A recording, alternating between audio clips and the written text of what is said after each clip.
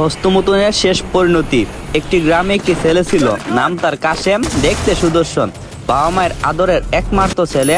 5 ওয়াক্ত নামাজ পড়তো না, মাঝে মাঝে বন্ধুদের সাথে যেত, তাও আবার জুম্মার দিনে। বন্ধুদের সাথে হাসি টাটতাম, আর মোবাইলে ইন্টারনেট অশ্লীল ভিডিও দেখা ছিল তার একটা নেশা।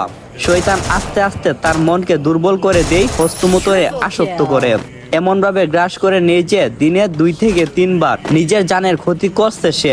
এটাই বুঝতো, তবে নফসের দাসত্ব আর শয়তানের ধোঁকায় আটকে গিয়েছিল।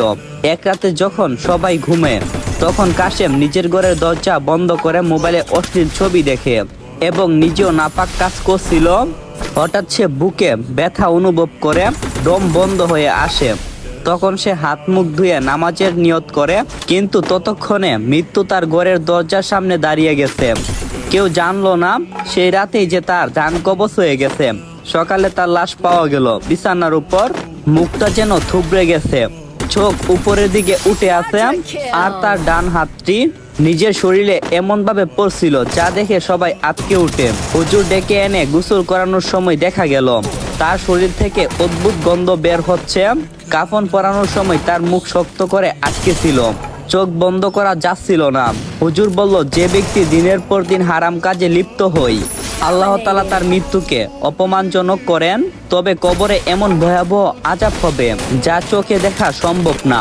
কবরে নামানোর পর দেখা গেল মাটি এমন ভাবে ভেবে গেছে যেন মনে হচ্ছে ভিতর থেকে তাকে টেনে নিচ্ছে। অনেকেই বুঝে গেল সে আল্লাহর গজবের শিকার হয়েছে। রাসূলুল্লাহ সাল্লাল্লাহু আলাইহি সাল্লাম বলেছেন, যে ব্যক্তি হস্তমৈথুন করে, কিয়ামতের দিন তার হাত গবিত্ব অবস্থায় সাক্ষী দেবে এবং সেই হাতকে আগুনের শাস্তি দেওয়া হবে। তাহলে কেন আমরা এসব কাজে লিপ্ত থাকি?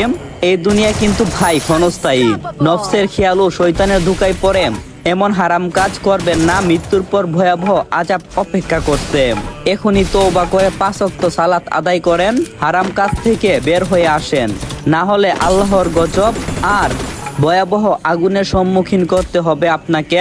আপনি ফিরে আসেন হযরত মুহাম্মদ সাল্লাল্লাহু আলাইহি সাল্লাম এবং সকল নবীগণের দেখানো সেই পথে। এই ভিডিওটা আপনি আপনার সেই বন্ধুকে শেয়ার করেন যার জন্য আপনি একটু হলেও চিন্তা করেন।